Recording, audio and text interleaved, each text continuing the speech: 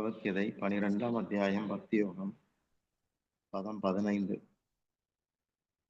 யஸ்மாத் யஸ்மாத்னா ஆகையால் யஸ்மாத் ந உத்விஜதே லோகக லோகாத்நாத் உத்விஜதே சயக ஹர்ஷ ஆமர்ஷக பய உத்வேகி முக்தக ச ச மே பிரியக. அதனால் யாரைக் கண்டு பிராணிகள் கூட்டங்கள் திகில் அடைவதில்லையோ, பிராணிகளைக் கண்டு எவன் திகில் அடையவில்லையோ, அவ்விதமே அவன் மகிழ்வு, பொறாமை, பயம், கலக்கம் இவைகளிலிருந்து விடுபட்டு இருந்தால் அவனும் கூட எனக்கு பிரியமானவன்.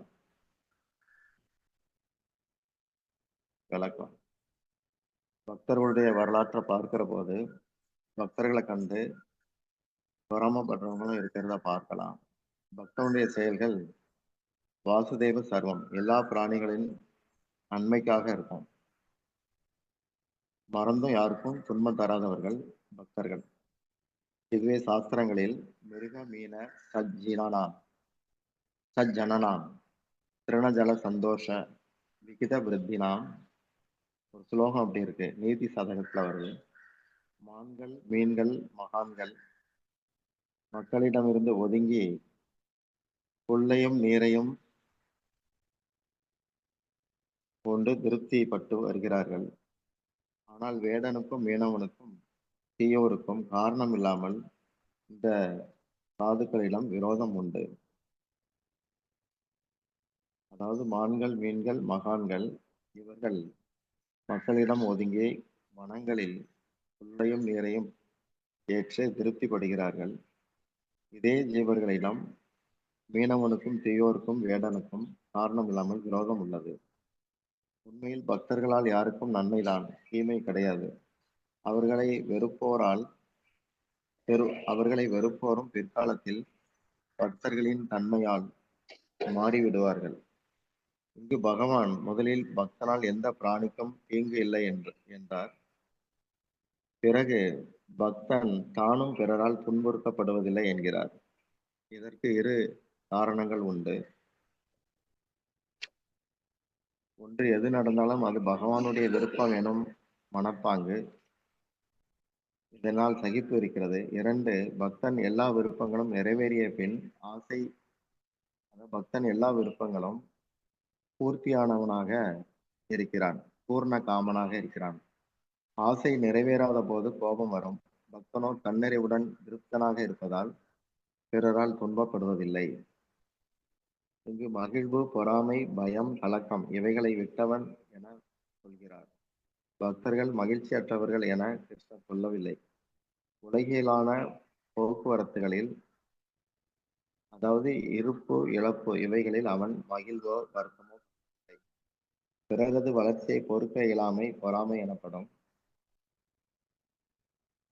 அமர்ஷ என்றும் சொல்லப்படுகிறது. தன்னை விட அதிகம் கல்வி, செல்வம், புகழ், வசதிகள் வாய்க்க பெற்றோர் மீது பொறாமை வரும், அல்லது அவர்களது வீழ்ச்சியை கண்டு மகிழ்ச்சி வரும். இதுவும் பொறாமைதான். சிறந்த பக்தனுக்கு இந்த மன விகாரங்கள் உண்டாகாது. விரும்பியது நடக்க வேண்டும், விரும்பாதது நடக்கக்கூடாது. இந்த எண்ணங்கள் தான் பயத்துக்கு அடிப்படை காரணம்.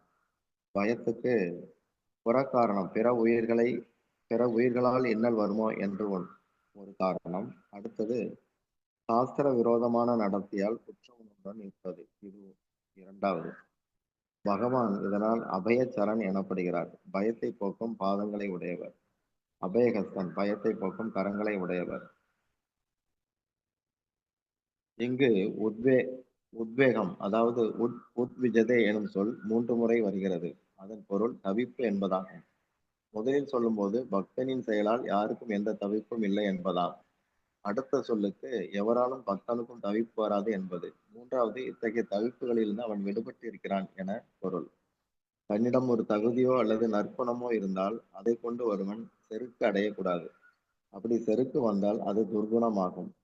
பகவானை பற்றி அசைப்பட நமக்கு மனமும் காலமும் தரப்பட்டுள்ளது. அந்த மனதில் பிரத்தியாரின் குணதோஷங்களை அசைப்படுவது தனக்கு தரப்பட்ட காலத்தை வீணடிப்பதாகும். அப்படி செலவான காலம் இறந்த காலம் ஆகிவிடும். வாழும் காலத்தில் கணக்கிடப்படாது. குணத்தால் கர்வம் வரும்போது துர்நடத்தை உண்டாகிவிடும். பக்தன் தன்னில் ஏதேனும் நற்குணத்தை உணர்ந்தால் அது பகவானுடைய கருணை, குருவின் கருணை என நினைப்பான்.